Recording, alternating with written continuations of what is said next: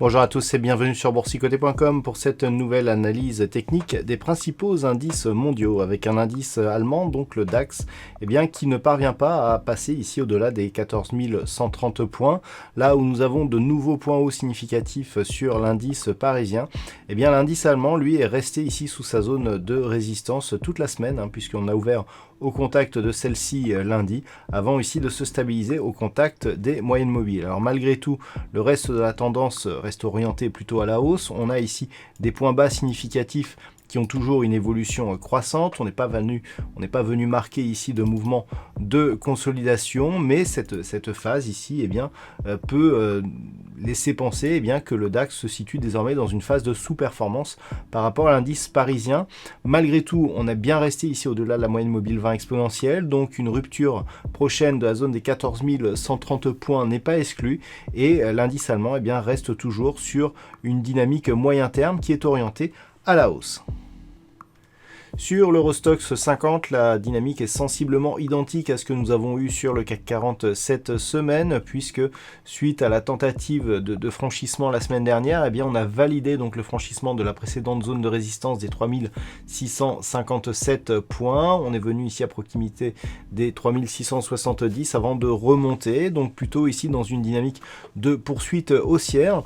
Nous avions tracé ici un objectif lié à une extension de Fibonacci sur la précédente phase ici de consolidation. Cet objectif nous donne un retour possible sur la zone des 3771.6, qui est donc l'extension à 161,8%. Nous nous en sommes approchés cette semaine, et donc pour la semaine prochaine, cette zone horizontale restera l'objectif à atteindre pour valider la poursuite du mouvement haussier sur l'indice européen. Et naturellement, une rupture baissière ici des 3657 points irait plutôt dans le sens d'une invalidation, tout du moins d'un affaiblissement de cette dynamique haussière. Sur les indices américains, avec le S&P 500, nous avons eu des nouveaux records intraday cette semaine, puisque nous avons eu un plus haut significatif sur cette bougie qui s'est marquée à 3950 points, donc on est plus loin des 4000 points. La semaine dernière, on avait tracé ici une extension de Fibonacci liée à une cassure ici de cette zone des 3870. Cet objectif nous donne une zone horizontale ici à 3980 points. Nous nous en sommes approchés cette semaine, mais sans parvenir à l'atteindre. Attention toutefois, les indicateurs nous montrent un affaiblissement de la dynamique. C'est très visible ici sur les histogrammes du MACD. Donc on gardera comme repère cette zone des 3870 points, la moyenne mobile 20 exponentielle. Tant que ces cours restent ici au-dessus de ces deux éléments, on reste dans une dynamique haussière potentiellement forte, avec comme objectif donc la zone des 3980 points. Par contre, en cas de cassure ici de cette zone, validée par un retour sur la zone des 3826 points, cela sera un signal de potentiel, signal de neutralisation, voire de retournement, si dans la foulée les cours venaient à casser la zone ici des 3694 points, point bas significatif que nous avions eu ici à la fin du mois de janvier. Et puis sur le Nasdaq, là aussi nous avons eu de nouveaux plus hauts significatifs en intraday, avec notamment cette séance ici du 16 où nous avons eu un nouveau plus haut qui se rapproche encore un petit peu des 14 000 points. Nous avons un plus haut ici à 13 879,77.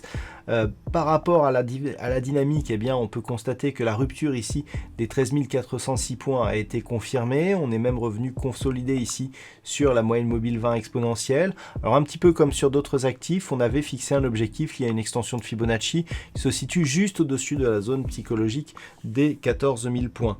Donc tant que les niveaux techniques qui sont ici, à savoir la zone 13 406 points, la moyenne mobile 20 exponentielle qui évolue actuellement aux alentours des 13 500 points et cette zone ici de 13 563 points sont préservés, cet objectif des 14 000 points reste valide et donc confirmera la poursuite du mouvement haussier sur l'indice des valeurs techno aux États-Unis.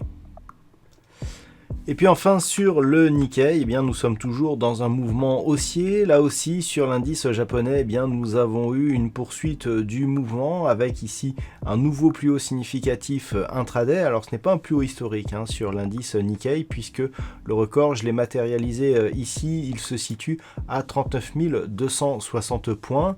Donc on en est encore relativement loin et malgré tout, d'un point de vue de la tendance court terme, eh bien, on inscrit un nouveau plus haut significatif. On peut bien d'ailleurs remarquer que depuis cette impulsion ici, on reste bien au-dessus de la moyenne mobile 20 exponentielle. Des contacts nombreux ici sur la bande de Bollinger supérieure. Et depuis ici la rupture des 28 800 points, eh bien, le Nikkei évolue dans une dynamique toujours haussière. Attention toutefois au niveau des indicateurs, on commence à avoir des divergences moyen terme, notamment au niveau du RSI sur cet indicateur japonais. Tant que l'écho reste ici au-dessus des 28 800 points, la tendance restera donc orientée à la hausse avec une poursuite possible des cours en direction de niveaux supérieurs à 30 000 points, zone qui a été cassée ici dans la semaine. Voilà donc ce que l'on peut dire sur cette analyse technique des principaux indices mondiaux. Passez un bon week-end et on se retrouve dès la semaine prochaine pour d'autres analyses techniques, toujours sur le site boursicoté.com.